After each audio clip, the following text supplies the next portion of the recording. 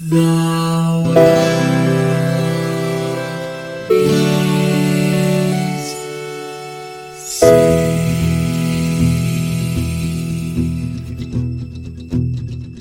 The living room's dark save for light being cast from the big TV screen and the imminent sunrise that's teasing the one starry sky with whispers of morning.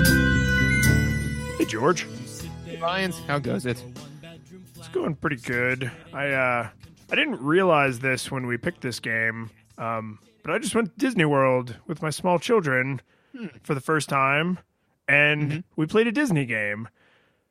Why would you even don't? No, this was done on purpose. This was entirely just like the Halloween episode was on Halloween. 100% on purpose, and Home Alone was actually 100% on purpose. And that was so terrible too. So I mean, it's like when we actually try to do something like good, it blows up in our face. But when we stumble our way through life as we do, it just works out for us. Yeah. So maybe let's stop planning and thinking about things and just leaving it up to God. Do without doing. Jesus, take the controller. So, dude, if we ever release merchandise, that is going on a shirt. Oh yeah, like what would Jesus play? Oh my God, it's just so and we didn't plan any of this. No, not at all. It would be terrible. So many Teespring campaigns. So before we jump into Toy Story, I want to mention to you, the listener, this was actually a fan request. So a listener of the show requested this game specifically. He had fond memories of it. He actually has like a little bit of a retro game collection, with like the original systems and all the cool legit stuff. So he was like, yeah, I would really love it if you guys played Toy Story, because it tries to do a lot of things. And I just really am kind of curious what you guys think about it. And I tell you all that to tell you this. If you want to make us do things, you can find us on the Twitter at NoGogPod. And then there's a little contact form on our website, nostalgiagoggles.audio. And you can just go outside of your house and shout the name of a game loudly, and maybe one of us will overhear it. I'm just saying you have options.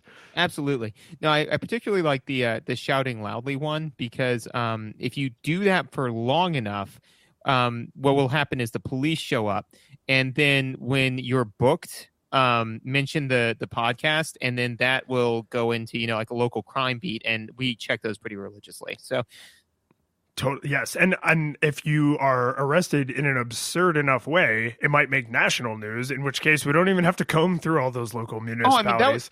Absolutely. I mean, that's the nicer way to do it. I mean, but we love our fans, so we'll comb through all of the local police beats just for you guys. If only there were an easier way to communicate with strangers. If we think of one, we'll share it. But anyway, for now, just get arrested. So we played Toy Story for the Super Nintendo, and I need to specifically point out two things about this game. One, this was made by Disney Interactive, which is relevant because a lot of movie tie-in games and Disney tie-in games and like third-party property games are made by some random game studio, right? Like they farm out their IP to, Game Studio X, who makes the game. Disney Interactive is notorious for making not awesome games. Which I remember, the only reason why I know that is because there was some buzz about this when, Disney bought out LucasArts. And I'm not sure if I'm right, but I think they shut down, or it had recently shut down like their gaming division. It's like, because it's like, oh no, is Disney going to make those now? Because they're not great at making games. Yeah, they largely gave up on video games, which I think was the right thing for Disney to do based on the handful of first-party Disney games I've played, this one included. But I think it's worth noting, like, this is a Disney game made by Disney, not a Disney game that they just farmed out to whoever as a cash grab. Like, they owned this and presumably wanted it to be successful. The other thing is, when Susan asked me what game we were playing for this episode, I was like, oh, we're going to play Toy Story actually for the Super Nintendo. And she looked at me completely serious and said, those two things overlapped? And it was like a you want to feel old moment. Yeah. It was just like, Oh no. I was like, yes, Toy Story is so old that its movie tie-in game was on the Super Nintendo. Yes. No. And actually, when I told Megan which one we were playing, she was like, "Wait, you're playing Toy Story for Super Nintendo?" I was like, "Yes." And she was like, "I played that game and I beat that game." And then so I came, Ooh. yeah. And so I came walking out, and she was just like, "Oh, are you done?" And she was like, "Did you beat it?" And I was like, "No, I got frustrated." And she was like, "Well, maybe you should get better at video games." And I was like, "Oh, what are we doing? Are we feuding now? Like, are we doing this?" Yeah, don't hurt your back picking up that gauntlet. Jeez. Yeah. So then eventually when it did inevitably defeat me outright, she was just kind of like, "Yeah, maybe you should get good." And I had to actively bite my tongue to not bring up our what would be now nearly a 10-year-old Smash Brothers feud that I have with her. Because I'm like, no, that's petty. That's petty. I'm better at Smash Brothers than her, but it's petty. It's petty. It's a petty thing to do or talk about how I'm better than Smash Brothers. But that's not the point. The point is that Toy Story beat me. Yeah, which is not unreasonable. So before we dive in proper, what are your nostalgia goggles for this game, or do you have nostalgia goggles for this game? None. I had not played it until you said, "Hey, we should play this movie tie-in game," and all of a sudden I had these horrible Nom flashbacks to Home Alone, and you're like, "No, I am promised it is not that bad," and I was like, "Okay," and then and luckily it was not, but no, I was legitimately uneasy until I picked up the controller and started playing this for the first time. I had not played it prior to now. Okay, so I am super not coming into this fresh. I definitely played this as a kid, and weirdly, as I was getting further and further into the game, relying, spoilers, entirely on the invincibility cheat. Yep.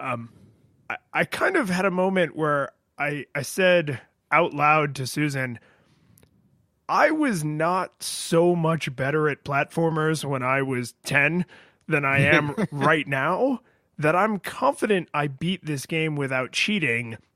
And yet, I have clear memories of beating this game and no clear memories of cheating at beating this game, which makes me think I only played this game while cheating. And I must have no normal memories of it. Well, to be fair, that's pretty much my memory with Contra 3 was, Right. I was like, yeah, well, I'm going to play Contra 3 with the game cheat. Oh, no, I actually have to play this game. My stars and garters. However will I survive? And yes, the invincibility cheat is wildly necessary because I think I put about a half an hour, maybe an hour into this game before I was like, nope, and decided to become invincible. And then I expected to walk all the way through it. But interestingly, with the way the game is built out, even nigh invulnerability does not allow you a pass, which is interesting. We can get into later. But yeah, there are certain problems that even immunity from death apparently cannot solve. But immunity from death and damage somehow doesn't solve all of your problems. And I think that ultimately that it should, I don't know, but the philosophy, we'll get into philosophy 101 in part 3. It's a good life lesson. But we got to talk about these visuals because this is at the height of faux 3D on the Super Nintendo.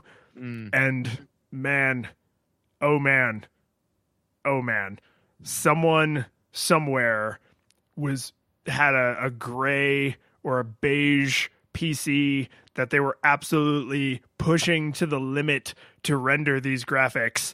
And when this game came out the other side, they were like, this is amazing. And I didn't like this kind of faux 3D even as a kid, and it has not aged well. I mean, every game we have touched that has had this sort of weird, glossy, fake 3D-ness, I've felt this way. I'm just like, oh God, it looked horrible when I was 10 and it looks even more horrible in my 30s. Yes. I mean, it's it's weird because I think that one of the things that Toy Story has been applauded for, and I agree with, which is that, at the beginning of 3D animation, they were like, okay, well, everything looks like it's made out of plastic, So what do we do? Well, what if we made a movie? What if we played to that limitation, right? And then they're like, and let's just get a really good story behind it. And then they made a classic that's lasts forever, This was not that with the visuals. I mean, it was just like the visuals. So the actual visuals and service of the visuals, they were, they just weren't. They weren't like accosting, in my opinion, but they weren't good. They were just like you said. They were very plasticky, but not like in a tolerable way. Well, the problem with the faux 3D is that it still has incredibly hard edges.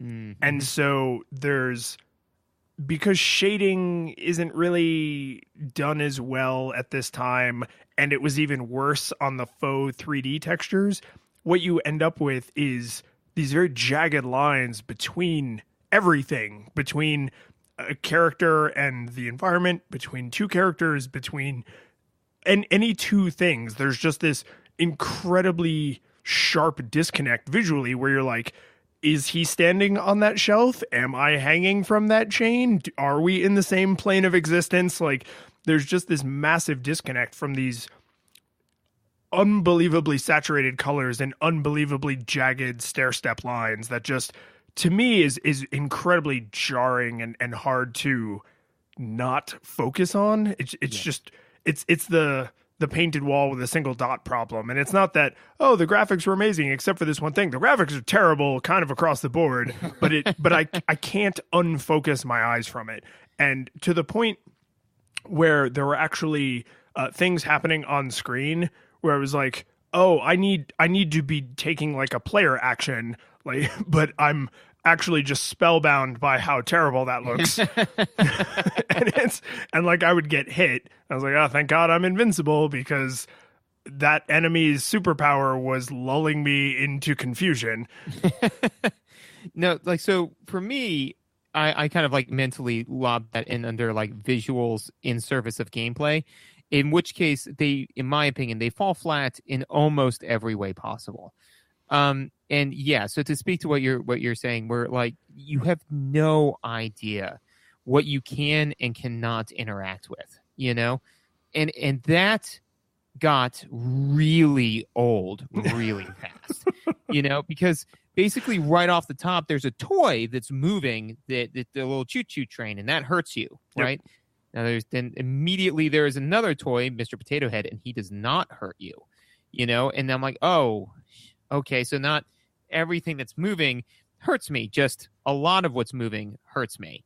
And so then, and it's just impossible to tell what you are and what is and is not in your plane, So like in a platformer, that is super freaking important to know what platforms you can jump on. Yeah. And so that got really frustrating, especially with the dressers, like, yes. Yeah, because there's virtually nothing in the game you can walk in front of, but there's tons of stuff that the enemies and other good guys that you're trying to help, like the other toys, can walk in front and behind of those things. Right. So like you'll be walking alongside like Rex, and Rex will pass right under a desk chair and you face plant into it. And you can't duck under it, you can't crawl, you can't jump over it. You have to like find the platforming route around a chair with thin metal legs that a dinosaur was just able to casually stroll under. Like it's not just visually frustrating when you're by yourself, but then the game feeds you additional information that additionally conflicts with your observed behavior. And you're like, well, he's like 4 times my size and he just fit through there like it's no big deal. Right. Like NBD. But and also too, what you hit on that was something else that just frustrated the ever-loving mess out of me, which is that to me, I felt it was very unclear like the gradation of like things I could and could not jump onto, you know? Yes. Yes. Yeah. Like basically like your jump height compared to the jump, like the platforms in the world, like they put a platform that is above something that you can jump onto, but only by like the spurs on your boots, you know?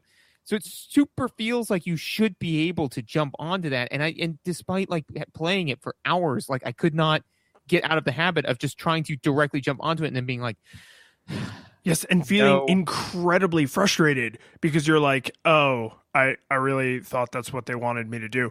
And you can tell from a level design perspective that they put these larger obstacles there so that there's only one obvious path, but it's only obvious in the abstract sense of you don't have 5 different routes to choose from, but it looks like you have 5 different routes to choose from, and you end up trying to jump onto the little shelf or onto the little dresser or onto the little, bucket or whatever, and you just can't. And it's not nearly by enough visually to be obvious. It should be by friggin' 2 times your height. It needs to be way, way the hell more obvious.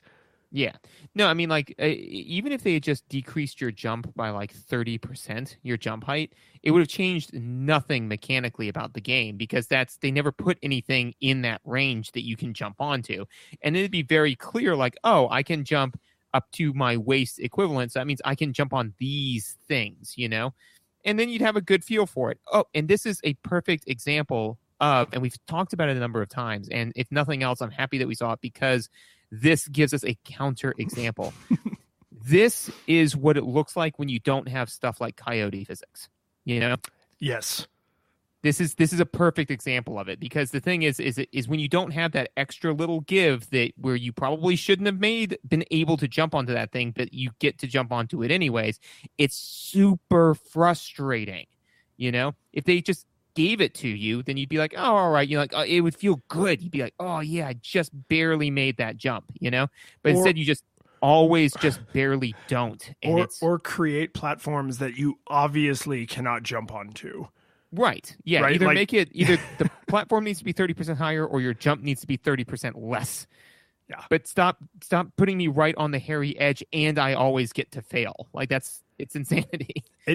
It's possible that and this is I'm wildly gonna speculate here to try and give the designers a little bit of the benefit of the doubt, but it's possible that they tried to make up the world of as few things as possible so that it's like, oh, well, you can't jump all the way up onto this drawer, but near the drawer, there will always be like a low platform that you can jump onto. And then from there, you can jump onto the drawer. Right. But what ends up happening is you associate the drawer with a thing you can jump on top of. And so every time you see the drawer, you're like, oh, I'll just jump up there and nope, I guess I need to walk 2 or 3 screens back over and find a low platform. There it is, platform up onto the drawer. And so like the problem is always obviously solvable, but every single time it came up, I felt basically tricked or fooled again, where I was like, right. Oh, I know I can't jump onto this thing, but it sure looks like I can. And so I'm gonna keep trying it. And then you just feel like a freaking idiot every single time.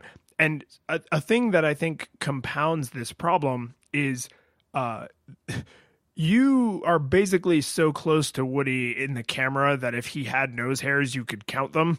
Like you are right up on him. He is a giant that takes up 37.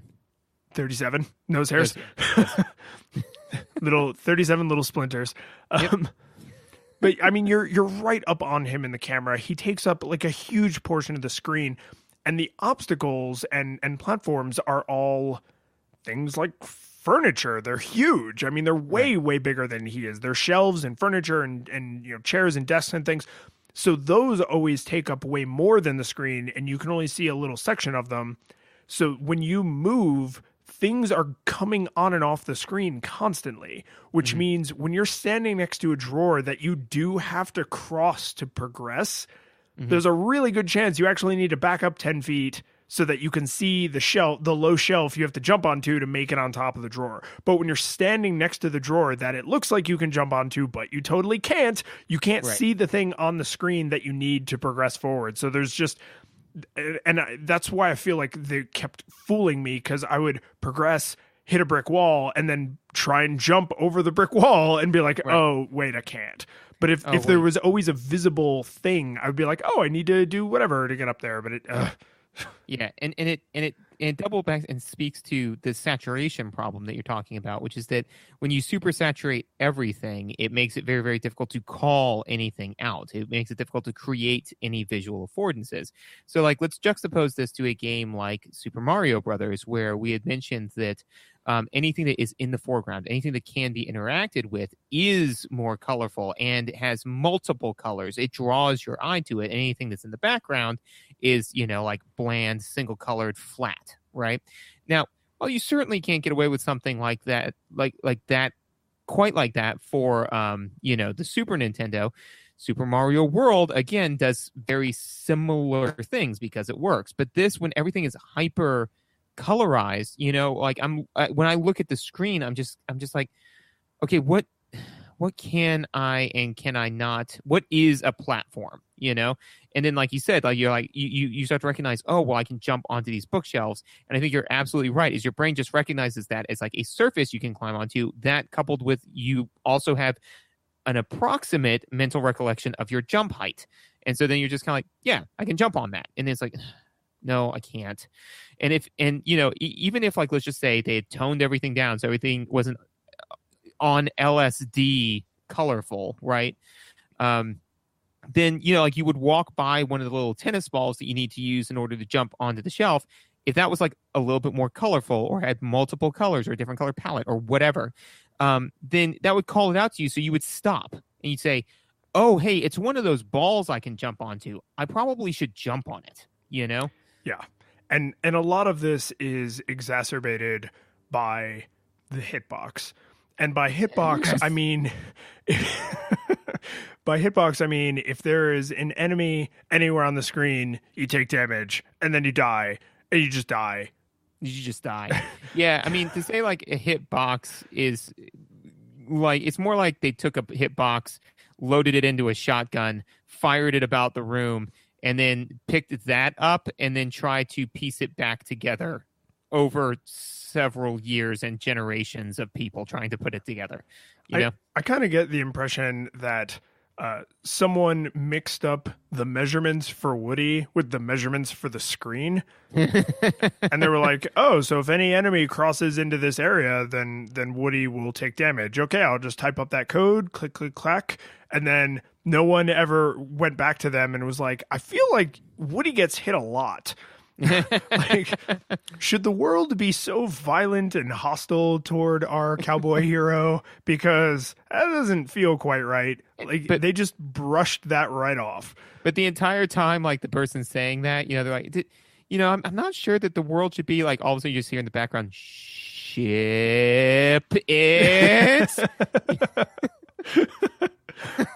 Who is it at the time? Was it Bob Iger back then? Just like whoever was in charge of Disney at the time was just like, yeah, every minute you're talking about this, kids are not buying it. Yep. So ship it now. Ship.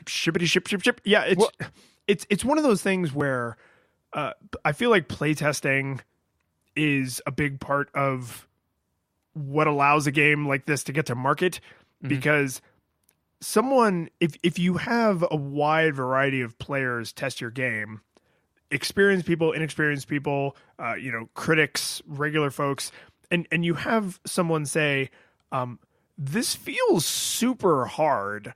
Like, everywhere I go and everything I do, I'm constantly getting hit because I'm a giant who takes up 80% of the screen.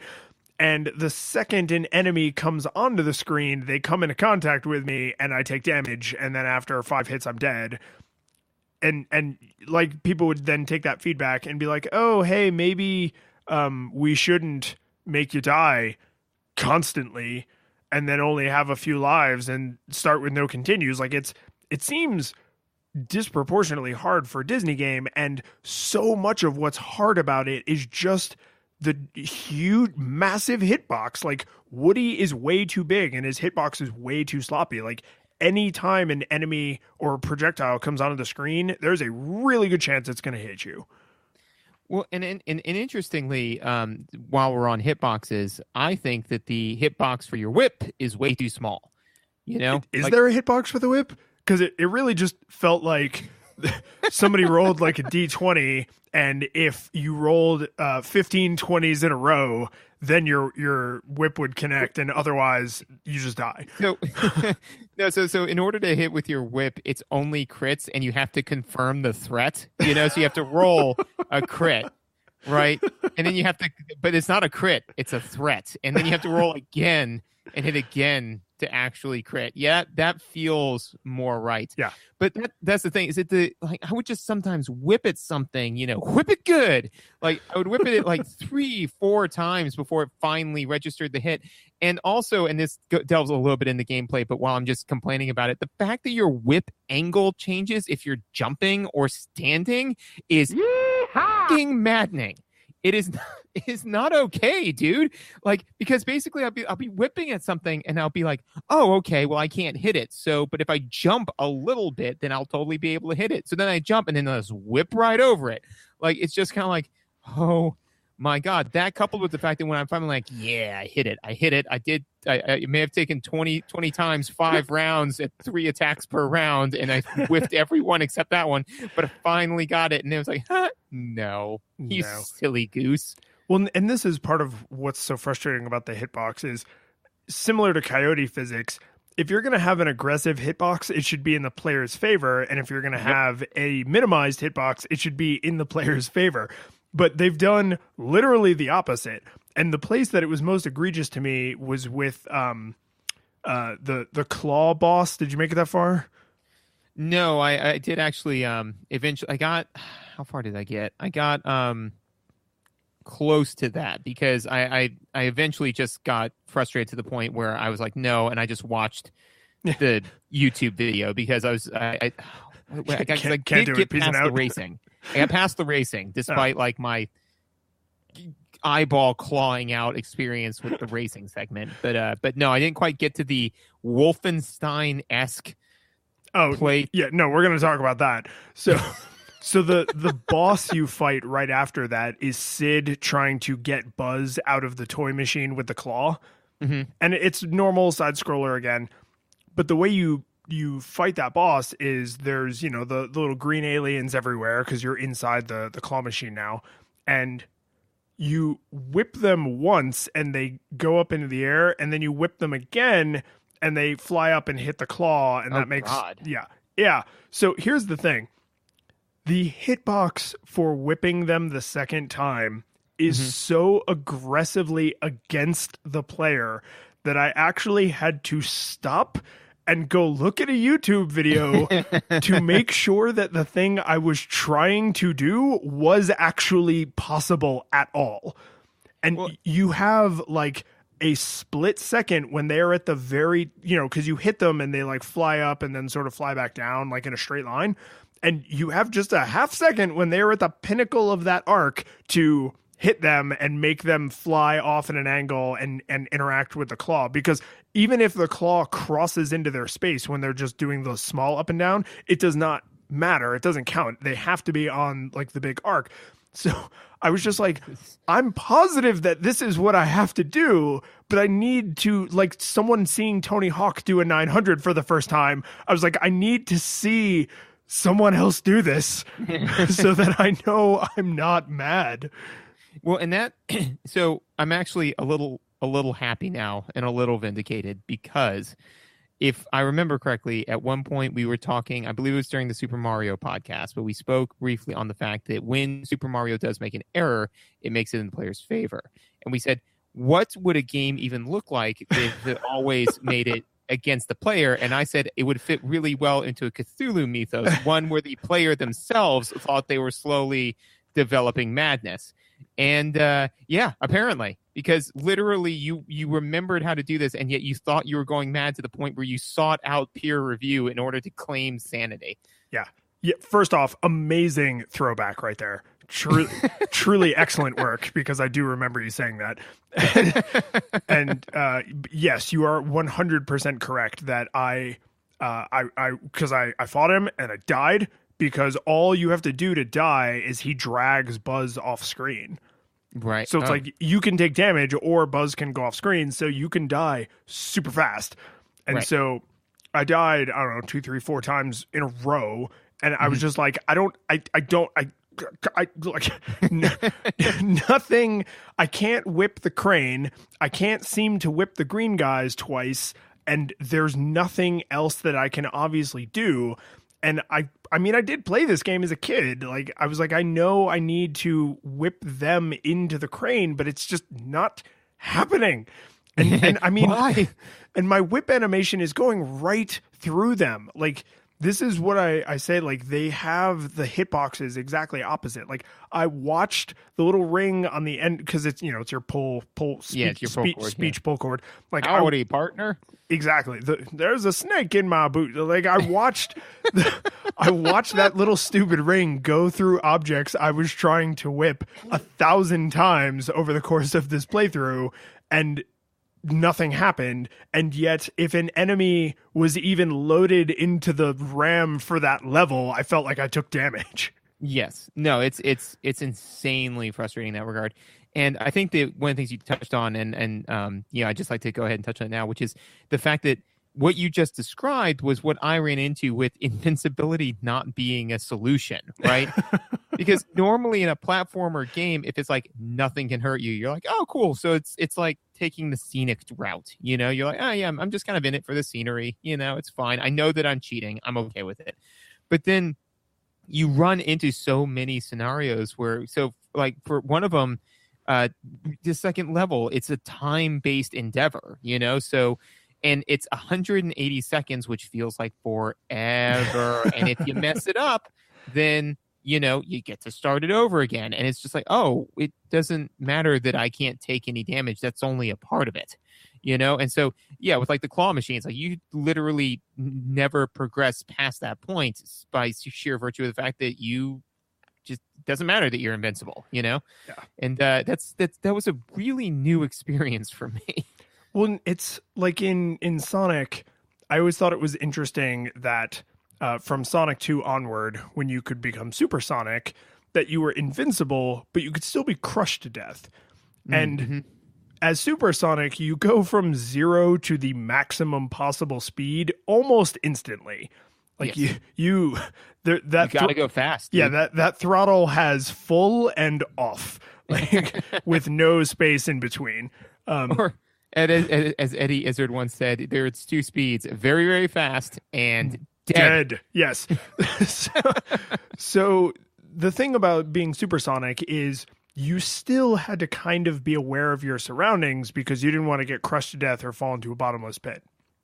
But the levels were designed in such a way that by the time you were reasonably collecting all the emeralds and being able to run around as supersonic, you could be pretty reckless. Like, yeah. You could really enjoy everything just dying if it touched you, right? It felt good to have like that role reversal.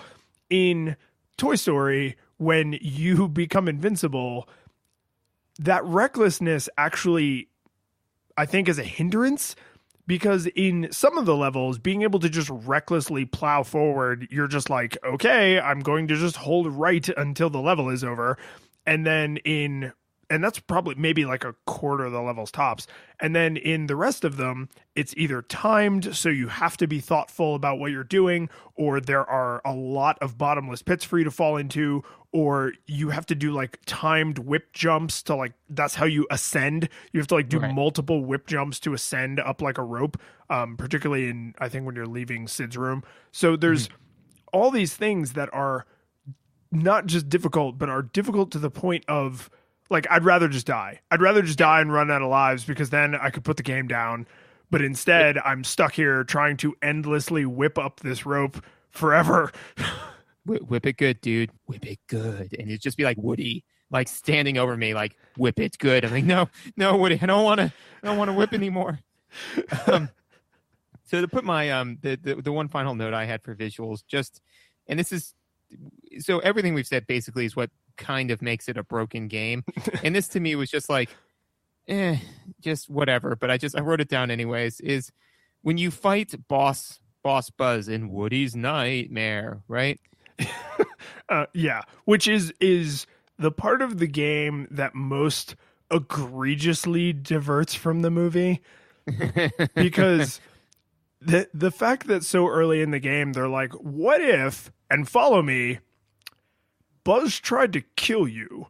And it's like, wait, isn't the main conflict of the story that all of the toys think Woody tried to kill Buzz when he actually didn't? And it's like, yeah, but what if Woody had a nightmare that sort of made his over-aggressive reactions justifiable because he's like freaking out? It's like, no, if we put that in there, it completely breaks the story. Yeah, but we need an early boss fight. Yeah, so that's happening. So Boss Buzz, his laser effect was just so so lame. It's so lame, man. That's so terrible. I would have preferred that, like, it's kind of like the go big or go home. I would have either preferred a somewhat decent laser visual, like even if it was like a hit scan, because that's the problem, is that it's a projectile laser, and projectile lasers always look stupid, because lasers aren't projectiles. In fact, even the way we think of lasers, where they basically work, like where you fire it and it just happens, is not true. Because I got to, I saw a video a while back of somebody using an actual heat laser to like destroy an object like that was like flying. Ooh. And basically the object is just flying, and then it's not flying anymore because the light's traveling away from you. What are you going to see? There's nothing to see. But all that being said, you think about lasers as basically being a hit scan weapon, where it's like the person fires it, and if you're just in the direction of the laser, then you get hit. So all you'd have to do is just have like a little glowy thing, and then and then if you were in the way, then you were in the way. It would mechanically be exactly the same. But instead he goes like, pew, and like this little red tic tac goes floating across the screen, lazily listing down, and you're like, oh, I should probably slowly meander my way away from this laser. Well, what does Woody know about lasers, right? This is his nightmare. He's not a physicist. He's a cowboy, George. He knows nothing of your big city lasers.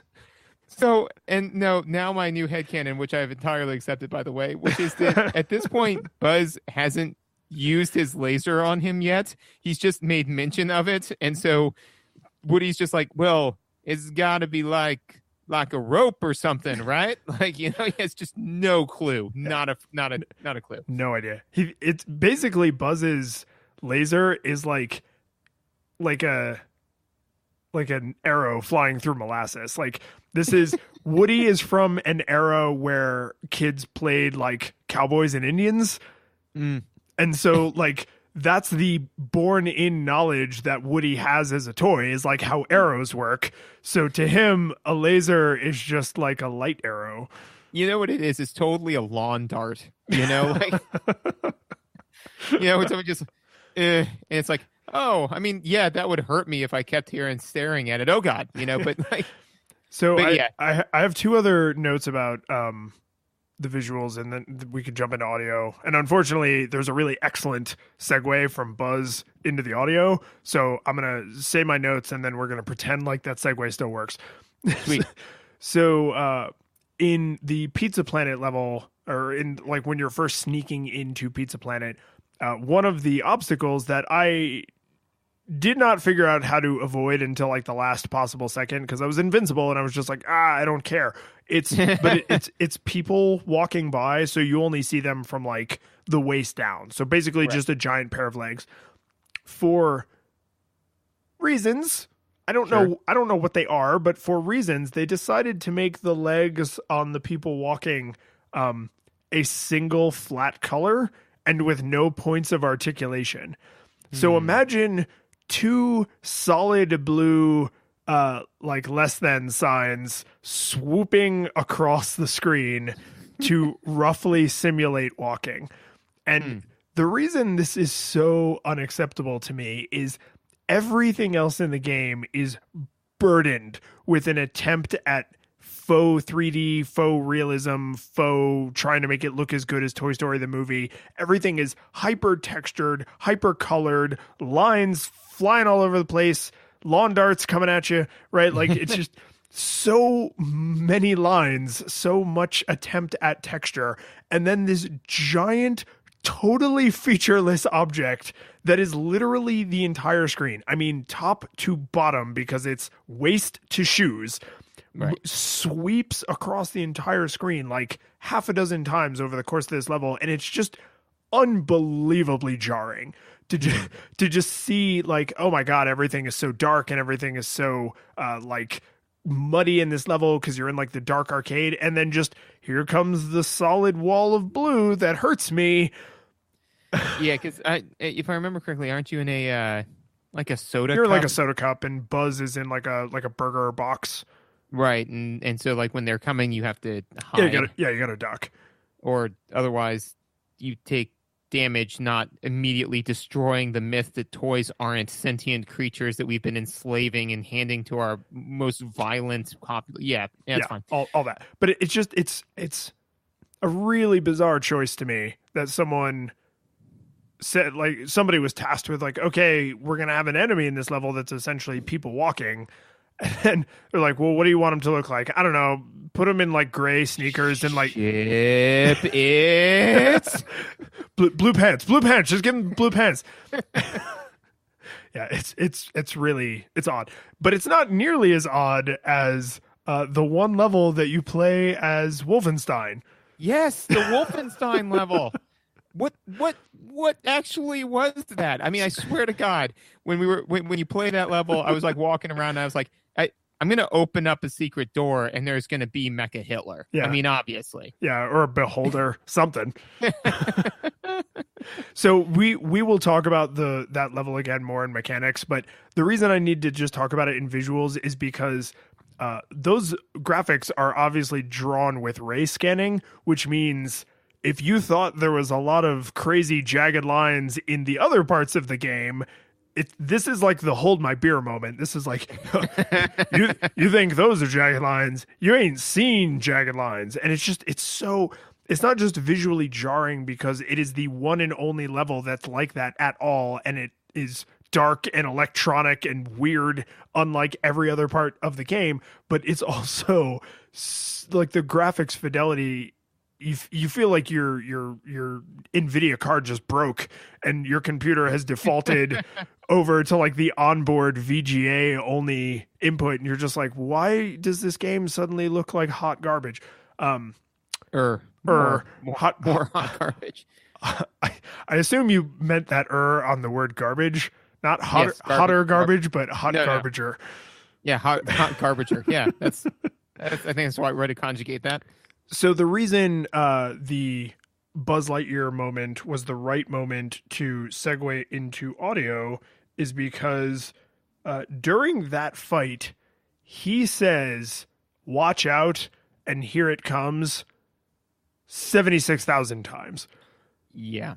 And it was funny because at one point, like, because I actually, I was playing with the volume a little bit low, and so all of a sudden I was just like playing that one area, and I'm like, is something happening like with the music? Because this is weird. Because I'm getting like this like weird. So I turned it up, and all of a sudden it was just like, watch out, here it comes, watch out. And I was like, oh no, that's not part of the music. That's him saying things at such a consistent interval that I assumed it was bass. You know.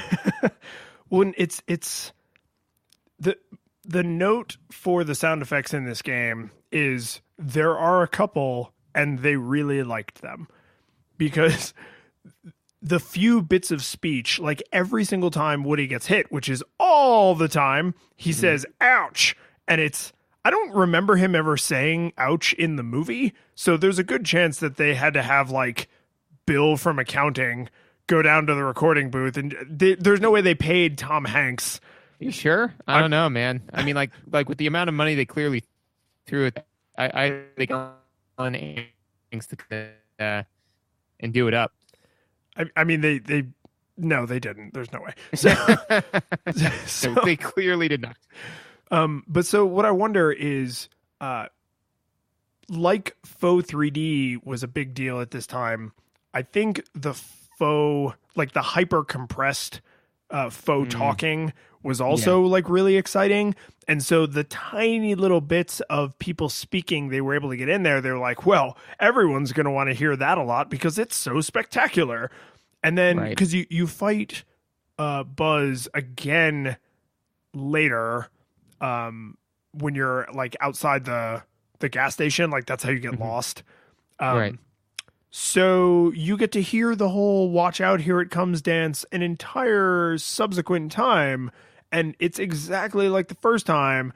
And then you get to hear it again because in the last level when like Buzz is flying and he's holding on to Woody, they just decided the way they would warn you, the player, that an obstacle is coming is for him to use the exact same lines of dialogue that he used to threaten to shoot you in the face, which with is his lawn dart. With his lawn dart, which is a little bit confusing, right? Because it's like, are you threatening me? Like, watch out, I'm going to drop you. Here it comes. I'll see you in hell. Like, what? What is all of the other 150,000 times I heard you say those lines? Like, you, Buzz, were threatening me. And I understand it's not lost on me that he is alerting me to a threat. The threat was him, and then later it's the level because it's like an auto-scrolling level. But I don't need to hear him say, "Watch out, here it comes" anymore. It's just really, really annoying. It is. It is. That and the whip sound effect because whoop-ha. Whoop-ha. That's not the sound that whips make. No, it's because I think I started to have a slowly over time, like Pavlovian association between that and frustration and failure. No, that's reasonable. Because I heard that whip sound effect about 1 billion times, and the thing is, I should have only heard it 1 million times. And you talk to any scientist, that little number after the times 10 to the. That's the one that matters. Yeah. And I swear to God, I was off by orders of magnitude for how many times I had to whip stuff. And so the fact eventually where I was like, whip, whip, whip. I'm so sick of hearing this whipping sound. Yeah, and not making progress. Because like in a Castlevania game or like a game where you have like a whip weapon, then if you have to hit an enemy multiple times, then you're hearing the whip noise, but you're also associating that noise with progress. But if you're just standing there trying to like whip a little green alien and it's not working, or you're trying to latch onto a thing and it's not working, or you're trying to like make a train not run you over and it's not working, you start to associate the only tool you have with failure and frustration. And that is not good. That is not the feeling they should be trying to engender in the player. No, again, unless they really wanted to, unless they wanted to make a Cthulhu game, which I'm increasingly, just like the creeping horror of Cthulhu, starting to become concerned that's what they made. One of the things I actually had, because I actually had a note about music. Yay. Was the music was okay. So it was fine, in the sense that it wasn't abrasive. Like, it didn't make me want to take Woody's little string and hang myself. But I did feel that it was dark. I did feel that it was antithetical to the tone that the level was trying to set in many cases. The exemplar of it I can give is the second stage, where basically the music is kind of very relaxed and folksy, similar to what you would think like Woody would have, But the entire purpose of the stage is to very quickly hide all of the toys in 1 minute and 80 seconds before Andy gets in. And the pacing of the music is not faster than anything else you've heard. In fact, it is faster when you're racing with Buzz, So yeah, that music, I didn't think about it from that point of view. I think you're right. I don't disagree with you, but the feeling they were going for is way too tied to the visuals and not to the tone, because the feeling of the music in that level is like almost like fair or carnival kind of music. And that's kind of what you have to do is you have to like bop them into the toy chest and you have to like knock things down. So it's kind of like, oh, we're playing a fun game. And it's like, but if Andy comes in here and he sees we're out of place, then we die forever. Like it's not, it's the tone of that level and that scene is very tense. And yet it's not really paired up with the music, but I didn't really get that feeling on other levels though. Yeah, I mean, like I said, to me, it just hit me really hard. And again, like I don't have a great ear for music, so it may not have been as bad on other levels. But specifically in that level, I remember being, like, oh, especially because the level itself is timed, Right. And so I was like, I was feeling the intensity from the fact that I was starting to run low on time, but it didn't build like that, as opposed to, let's just, like, for example, in Super Mario World games, right, we have that faster ragtime beat, right, where it's like you have the slower one where it's like do do do do do do do do do like that, and it has that one that's super fast, for the ones where it's normally you're suspended in the air and it's got a bunch of those little like saw things going around the like the auto scrolling screen or whatever. Yeah, exactly. There's some tension and drama. Right. As opposed to the other ones where it's like, no, there's still stuff to do, but it's not quite as tense like that. I would have liked a faster paced music to pair with the fact that you are absolutely timed. Yeah, I can kind of feel that. I think so. The music was actually the one thing in this game that I was like, this music's not so bad. Like it's video game music. Like it's just pleasant kind of background music. It's not really drawing my attention, but generally speaking, that's what you want. Like the fact that you notice the music in a Mario or a Zelda or like some of the older Final Fantasies was intentional because they put a lot of effort into those scores and they really wanted you to hear them. But generally speaking, if you are playing a game or watching a movie or whatever, and you're like intensely aware of the music, it had better be a musical. Like you shouldn't be that aware of it consciously. It should be like a subconscious tonal emotional thing. And the later levels are where they start to diverge in gameplay to support what's happening thematically. So it's like you spend like 3 levels inside of the claw machine, which is a disproportionate amount of time to give to that, but it's because there's a lot of opportunities for like platformy stuff and to like jump around and explain why the toys are up and moving around and doing things out of the sight of humans. So like I understand why they did that. And the levels, the length of each level is all over the friggin' map. So I understand why they had you spend more time there. But those levels also have music that is unlike any music from the movies because the movies didn't spend a bunch of friggin' time inside the claw machine. So I felt like they actually did a pretty solid job with that music. But it's like, okay, you have like solid, B- music. And that, looking at your report card here, is your highest grade by a lot.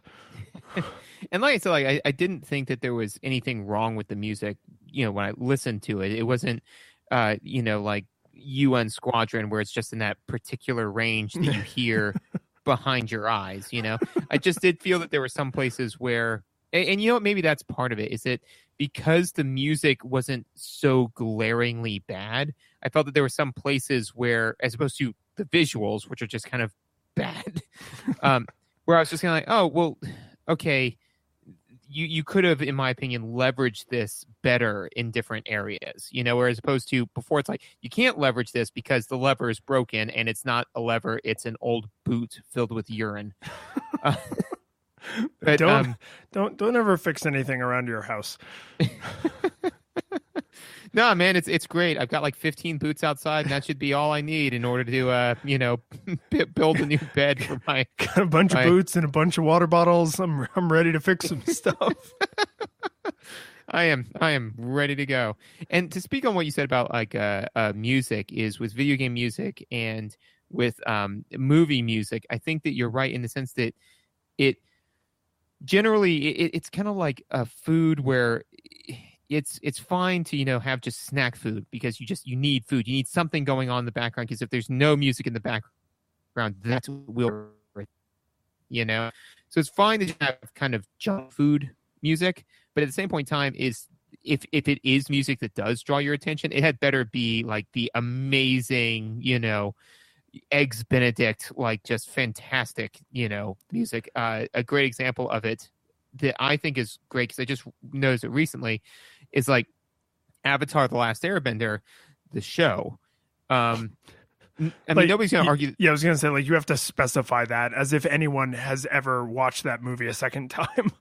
Yeah, no, because it is important to me that other people understand. Like, you're socially presenting. Like, I'm not insane. Like I don't like the movie. Just so we're all clear. Well, I think because and this is tangential because of course it wouldn't be a show unless we got off on a tangent. But one of the hardest questions I was ever asked was asked by you during my bachelor party, which was, which is a worse movie, Avatar: The Last Airbender or Dragon Ball Evolution? And like, that was a thinker. Yeah, no, that's a tree falling in the woods kind of no right answer question. But with Avatar specifically, like, they do a really, really great job of the music's playing in the background, but then right when the plot starts to come to a head, that's when you notice the music all of a sudden. It's been building the whole time, but that's right when the volume gets loud enough that you're like, oh, okay, this is awesome. And so I think that's kind of where Mario or Zelda land, which is that when that music does crest into your audio range, it's complementing the gameplay so much, so it feels like everything's in harmony. And I felt like this hit harmonious places sometimes, but again, you know, certainly not the worst thing. No, and to be fair, you don't really get to spend that much time listening to the music because you just hear ouch, ouch, ouch, ouch, watch out, ouch, whip it. Yeah, it's just. And I get it. Like I feel like we've tiptoed around this distinction a bunch of times, especially when we played a couple of the bullet hell games. But like, yes, I know that a game has to have sound effects and that they're going to be over the music, just like in a movie, the dialogue is, or the ambient sounds are going to be over the background music. But there is a difference between having sound effects in the auditory foreground and music in the auditory background and having such terrible and tinny and repetitive sound effects that there might as well not be music, because the only time I hear music is like 2 or 3 random moments throughout the level where I happen to stop moving for just a second. And actually this kind of speaks to other games that we've played that do this very well, which I'm just kind of puzzling out right now, which is, like, let's take the best game ever made, Link to the Past. Like the sound effects that they do, like for instance, when Link gets hit, he goes like, ugh, you know, but that's it. But if he went ouch every time he got hit, that'd be maddening, because it would just you need just enough of something to be like, yes, just in case you like missed it on the screen, despite the fact that it's very clear that you've been hit, you did get hit. So we're just kind of supplementing the visual versus hammering you over the head with the audio saying like, ouch, hey, you know you got hit, right? It's like, yeah, no, I'm fully aware I got hit by that thing that was halfway across the room. Yeah, because I'm sitting here, I'm flashing, and brace up because it's not going to be the last time I get hit in the next 10 seconds. And that's really the force multiplier, right? That's the exponent, is like, oh, you got hit 10 times. That's not that many. Oh, 10 to the 32nd power. Okay, that's a lot. That's a lot of times. Yeah, you got hit a lot of times. And that's where you need to have this inverse relationship. The more you're going to get hit, the less annoying that sound needs to be, right? Because you're going to be hearing it all the goddamn time. And this kind of, I don't know if you have much else to say about the audio, but this kind of, for me, bleeds a little bit into the weird way the cycle time is handled in this game. Boo cycle time. Boo cycle time on this game. Boo cycle time in this game particularly.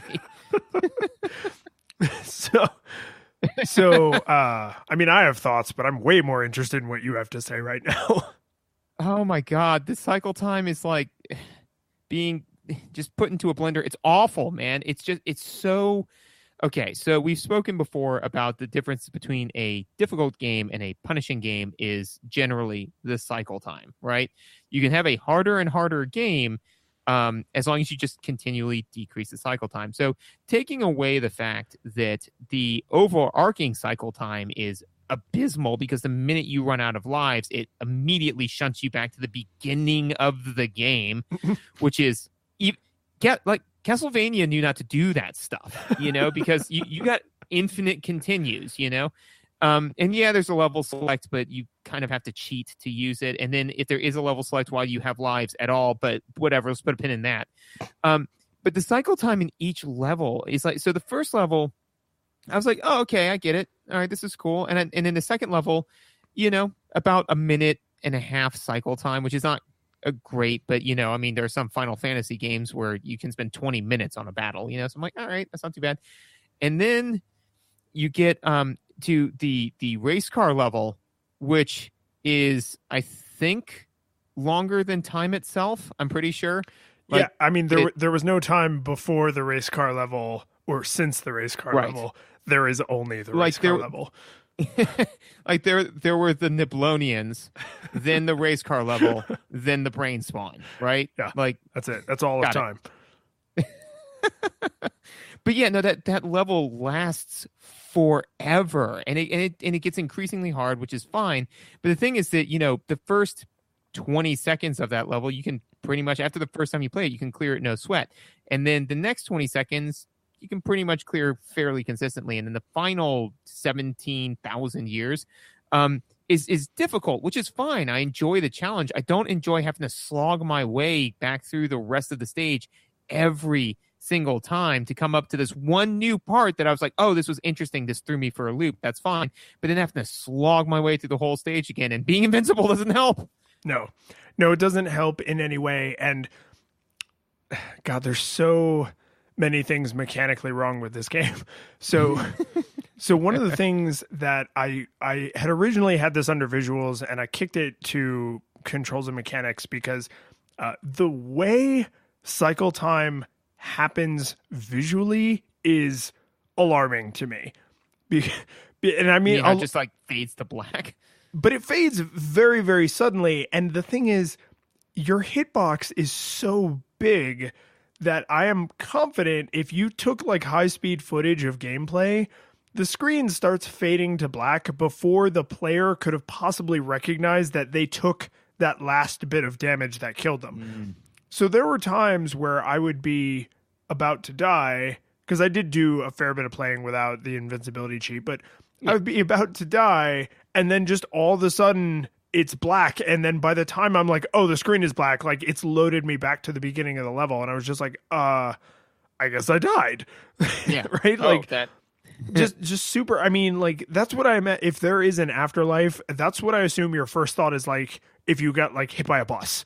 Yes. Right. No, it's also it's like, oh, I guess, because you never like get to theoretically know the thing that kills you, right? So you're just like, oh, I guess that was the thing that did it, which is great because literally even when death comes for you, you're not even sure what exactly happened. I'm telling you, this is a Cthulhu game, dude. Yeah. This is. Yeah. Every once in a while you start to dabble in the maybe this is a horror game metaphor. And usually I'm like, that's just George being George. He's a funny dude. But this one, you might be onto something. There's a lot of sanity questioning moments. Tenuous fingernails scratching to hold on to the cliff of sanity, where you're just like, you don't have to fall into the pits of madness because madness is trying to hold on to your sanity. Well, and it's just it's interesting because, for example, they've spoken, and this is kind of tangential, but like I've seen videos on things like propaganda games, right? And the thing that makes propaganda games dangerous is the fact that they're not normally the unfortunately, I have to use the word good because they are good at being propaganda games, which are horrible, right? But the ones that are good at being propaganda games are because they aren't overt, Because if you say like, well, video games make you violent, it's like, no, video games aren't going to make you a killer. So, and I go to that really dark place to mention this, because this wouldn't be a horror game, right? If it was truly frustrating, like Home Alone or, Golden Axe, right? Like those games are just Battletoads. Those games are just frustrating. This one's just enough to make you think like, no, this is a real game. This is totally a real game. Maybe you're screwing it up. It's like, am I? No, it's the game. And then you walk out and your wife says, I did it. And you're like, wait, no, but it's hard though. No, you're bad. Yeah, no, I agree. It's sad that the best metaphor for that is propaganda games, but I think you're right that for something to be truly subversive, whether it's trying to scare you without being obviously scary, or it's trying to make you think or feel a certain way without obviously telling you, like, hey, join the Navy. Like, you don't want to be superliminal. There it is. Yes. I was hoping. But it has to inception you, right? And right. This game crawls into your brain and is like, hey, this is all achievable. You just suck. It can be done.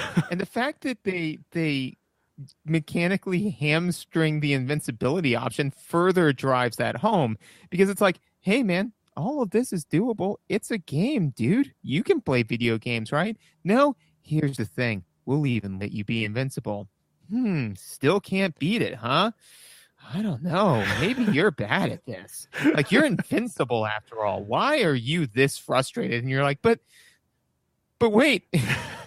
No, it does. And the fact that successfully beating a level has the exact same visual as death that's not clever, right? It's not good that the way when the screen fades to black, you don't know if you have spontaneously met with success, which some of the levels are like that, where success kind of happens. It's not like you cross an arbitrary finish line, but it's like success happens. Or did I die? And you don't know until you either reload at the beginning of the stage, or you see Woody doing his terrifying floppy arms dance on the score screen. Like, I shouldn't ever look at the screen and if the TV paused right then, not be able to say either I won or I died. Like, yes, I should know. Yeah, because I mean, even in the second stage, when you're rescuing all of the toys, the final thing you have to do is jump onto the bed, and you do, and you immediately go ragdoll, which is fine, but it does definitely look like you died, Yeah. And it's like cut to black, and you're like, "What the hell just happened? Oh, I won. Oh, good." And then another time you'll be like, "All right, I'm going to jump on this thing," and it's faded to black. Ooh, is this like a cut? Oh no, wait, I died that time. Wait, what? Yeah, no, it's yeah. Yeah, no, I agree with that sentiment, which is you should never at any point be able to pause the game and not know whether or not you were successful or failed. Alive or dead. So the person who requested this game, the reason that he specifically requested it was, as I kind of said at the top, like, this game tries to do a lot. Right. So there's about a quarter to a third of the levels are like platforming levels. There's some combat going on. There are a couple of like auto scrolling levels where you just avoid obstacles, but you don't control your rate of, progress through the level. Yeah. There's a couple of like top-ish down driving levels where you're controlling the RC car. And then there's this weird Doom level where you're Doom guy. Yeah, you're Doom guy. Yeah. And why? I think the better question is, why not? Why is that not the whole game? Why is the whole game not just Toy Story painted over Doom? I might play that game. Doom was a heavily modded game back in the day. There's no way that doesn't exist. Yeah. Hey, we just gave you all the ways to get in touch with us. So run out of your house and start screaming about Toy Story the Doom game, so that way we can get in contact with you about that. I think that this game is the definition of it just tries, and that's okay. So I do want to make a difference between this and other shovelware games like that we've played, which is I honestly believe this game, the developers that made it really tried. It really seemed like they tried. The scope of what they attempted to do was so far beyond their budget and maybe abilities. Oh yeah, none of this feels lazy or malicious. It's the difference between like my high school art student drew something and this 50-year professional artist who's been at it and has made a living at it drew the same thing. You're going to get different results. And it doesn't mean that the high schooler is bad. It's just when you compare that result to like a Super Mario World, a Legend of Zelda, a Mega Man X, it looks pretty bad by comparison. Yes, absolutely. And I mean, it's not that, like the high school student had ill intent. They tried their hardest. It's just beyond their skill set. So with that being said, though, it's just it's like going to the place where you're like, oh man, I really want a really good sub. Well, we can go to like Jimmy John's. We can go to some other place that paid us money to plug them, which I assume happened. Publix. Publix, yeah. Oh God, I could go for Publix sub right now. Right? Yeah. Oh God, I miss Publix subs. I would let them sponsor the hell out of this podcast. Yes. And I would let them sponsor us with free Publix subs. Yeah. No, I would make an entire Publix, if you're listening, go outside of your house.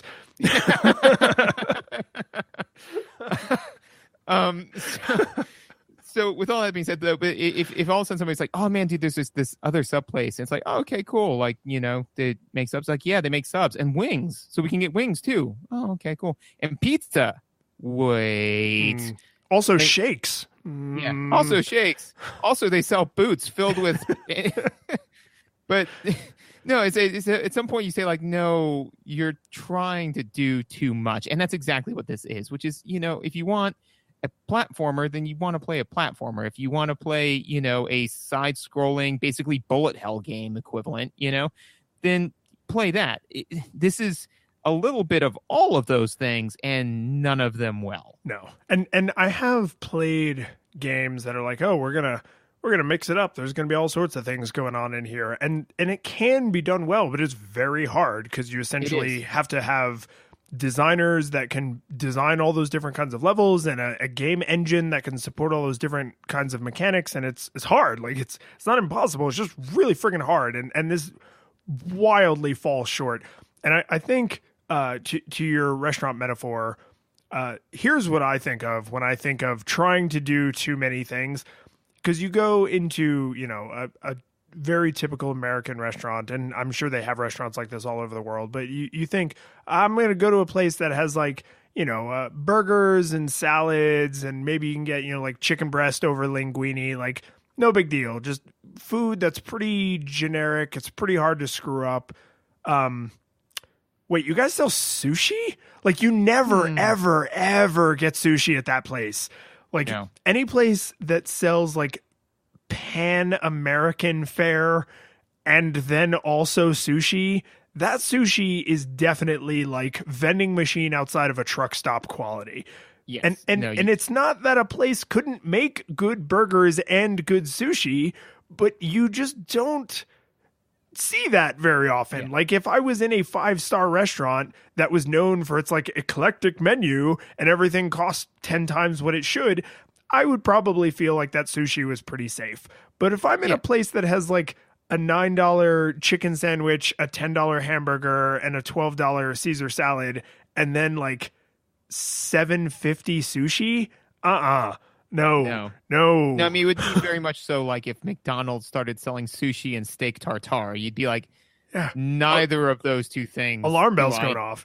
And that's the thing. That's the friend who's like, oh, I want to go out for sushi. And then you pull up in front of Toy Story for the Super Nintendo and you're like, this is not where you go for sushi. I'm happy to go out and get sushi. This just isn't where you go to get it.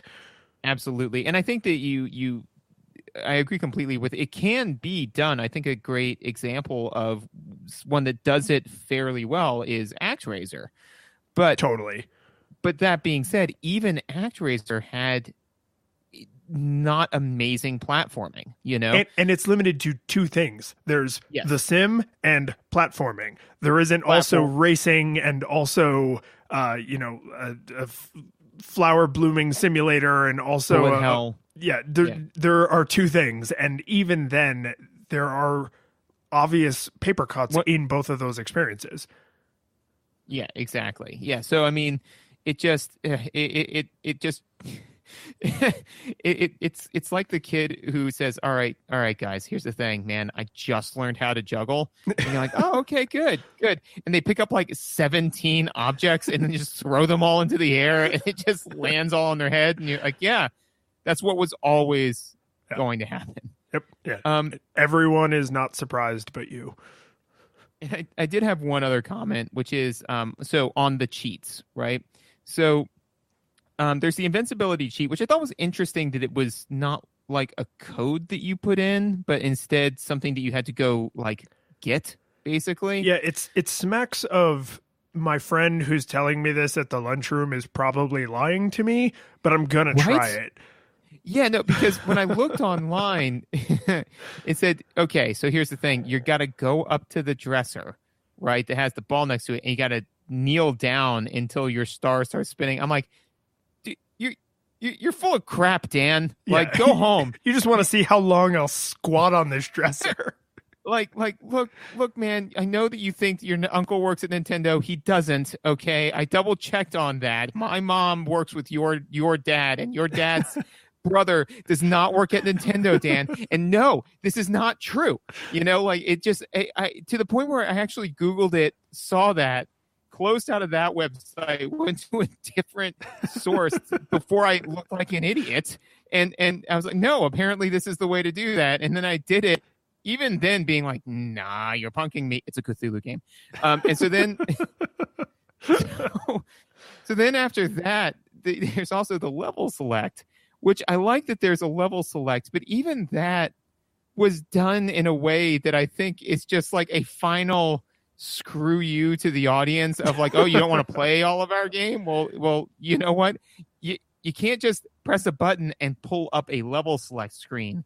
You have to, in every level, hit pause, hit select, and then watch Woody get, happier than a pig in poop about the fact that you got 0 stars on that level. And then stare at you like unimpressed for a solid 2 seconds and what feels like forever until the next level gets pulled up. And then you're like, pause, do it again. He's like, woohoo, look at all of your failure again. And then you pause it. And then so it actually does take time to slog through the level select, which I was just kind of like, I mean, all right, it's better than not being able to move forward at all because I lack the skill or abilities to do it despite the fact that I'm invincible. But even this is kind of a mess. Well, it's really a level skip, right? Yes. Like, because this is kind of like if you ever listen to an actual record being played, you can absolutely pick the needle up and move it over and put it back down, but it's not a precision instrument, right? It's not, you wouldn't say like, oh, believe me, the high note she hits 45 seconds into the song, you need to hear, like, you would never jump to 45 seconds. You would just go to the obvious beginning of the song, and that's all the precision you have, right? Like, it's like, oh, I live off a main street plus or minus a state. Like it's just, it's not very accurate, and it's unidirectional and it's linear only. You can't jump ahead 2 levels or 4 levels. You can go exactly one at a time. It's you know what it is? It's the next on like an iPod or on a CD player. Like, yes. You can go ahead and you can't double press it. Like, you can go ahead one song and that's it. Yep. And to me, like, I could even kind of deal with that if it wasn't for the fact that, like you said, you press the next button and it loads for a second, and then just Woody's he's so excited. Well, I mean, and that's the thing, just but then cannot hide it. Yeah. But he's like, just like he gets so jazzed, but then he like stares and looks at you at the end, right? Yeah. And so normally when it's happening, like, and you got some stars, it's like, yeah, man, you got some stars. You do you. And now it's just kind of like, yeah, man, you got some stars. oh. And then it just smashes to the next scene where all of a sudden that blank look, like the tone is completely different, you know? Like I'm slowly descending into madness. So speaking of that scene transition, I would like to take a moment to apologize to the American people and my family and to you. How in God's name do we not talk about the text in between? Because someone somewhere surely thought that you were supposed to read that. But one, this is a children's game. And I'm not saying that young children can't read, because definitely the target age for this game, I think, would be able to read this kind of text. But it's blocky. There is no delineation between speech and descriptive text. There's no delineation between who is speaking. So you just have this wall of jagged letters that you have to try and decipher like freaking cuneiform in between every level. And I'm just like, and they actually give you the option to turn off the story. And I don't think that's because people were like, oh man, I really want to sit down and play Toy Story. That's a fun romp, but I don't need to see all the story again because I already know all the story. I think this is almost like an accessibility thing where they were like, if we put all this jagged text on the screen, eventually there's going to be murders. So we need to give people the ability to turn this assault on their corneas off. Well, and also I think that, first of all, yes to all of that. It was just that was all terrible. But also the fact that the instructions and win condition for each level are delivered in text in a game, that is not acceptable in a movie. No. And movies are not interactive experiences. Like, it's just the fact that, you know, the first time, because, I mean, you know, obviously we're doing this for a podcast. So the first time I like went through and, you know, read everything and I was like, oh God, this is a slog. And then at one point I was just like, I'm curious. So I think, it was the racing level the first time I did it. I slammed past the instructions on purpose to see if I could even puzzle it out without the instructions. And it took some doing to realize that, like, because you hit Buzz and he like drops this thing, whatever it is, and you're like, you pick it up. But the fact that your power is time based, not effort based, is like super weird. Yeah. And so the text is pretty necessary, you know? And so, yeah, if you either can't read or don't read English or don't have a strong enough ability to read where you can or care to, because I mean, I'm 32 and I'm pretty highly literate and I didn't want to read all that stuff. Well, it's not easy to read and it's not pleasant to read. Like, it's not interesting. And the levels are... this is why it just feels like they're not trying to be malicious. This isn't a lazy cash grab. This is just like, this was the best these designers can do, because most of the levels are go right to progress. But then the second level breaks that convention. You have to backtrack a ton to successfully put all the toys away and to move the obstacles. And if you don't read the text that your objective is to put the toys away, you saw a bunch of toys in the first level that mostly either were harmless or tried to kill you, and now your goal has completely changed. And if you don't read that text, it is not in any way made obvious to you through the gameplay, except there's the little tiny Etch-a-Sketch up in the top corner that is supposed to be like your hot cold indicator or like your beacon for what's to do next. It is not clear enough. It does not convey anywhere near enough information. You need to read that text. Yes, absolutely. So, with all that being said, did it hold up? Okay. So, no, but asterisk. So here's my problem. This game has just enough interesting stuff going on that I would tell someone, if you played this as a kid, try it again with don't even try to beat it. Just like go directly to how you get the invincibility thing and just push your head through those bricks until you come out on the other side of the wall. just to see what it's like as an adult compared to the way you remember it as a kid. Because when I first fired up the game, I was like, oh my God, these graphics are horrible. But then the second I was Woody and I was like jumping, I was like, oh, Toy Story. Like, I remember playing this as a kid. I love this movie. Like, totally. I remember, renting. This is another game I had to rent. I was like, I totally remember renting this game. Like, I love Toy Story. And the further I progressed through the game, the more I started to lose my grip on reality, because I was like, I all of this is familiar. I'm 100% positive that I've beaten this game, but there's no way I was good enough to beat this game. So I guess I must have cheated my way through, but I don't remember cheating my way through. Like, it was just a very weird kind of almost like an out of body experience. Like, I feel like I have someone else's memories, like the memories of someone who is weirdly good at terrible platformers. Like you've been driven mildly insane. Yeah. So I think I'm going to have to give this like a really half-assed, like, it's a nostalgia monocle, but like with a big crack in it. Nice. Like, for me, I would say, yeah, I think this is a good game to play. Like I said, because this is the first example I can point to where I can say, you want a game that's super fair, this one. Check this one out. See how frustrating it is to have a game that is like religiously fair.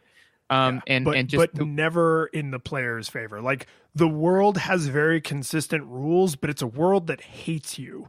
Yes. Yeah, absolutely. Like that. There's that. I mean, but aside from that, if you're looking to, again, like, I think this would be a good one for like game developers, where it's like, if you want to see what happens when you get a bloated scope, like this is what happens, like you start with what your gameplay can show or what your visuals can show, because if your visuals can't show, oh yeah, I want Buzz to look exactly like Buzz, but your visuals can't accomplish that, then don't do it, because it does make you feel like you're slowly but surely losing your mind.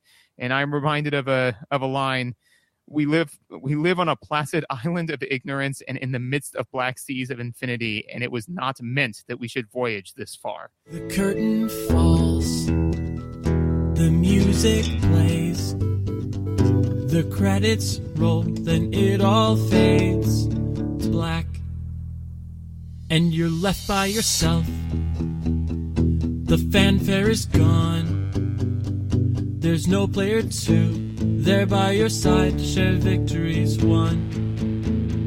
But as you slowly progress down the hall to your bed, a few great events leak back into your head from the time that you spent traversing the land, battling evil, fighting the darkness, just sword in hand.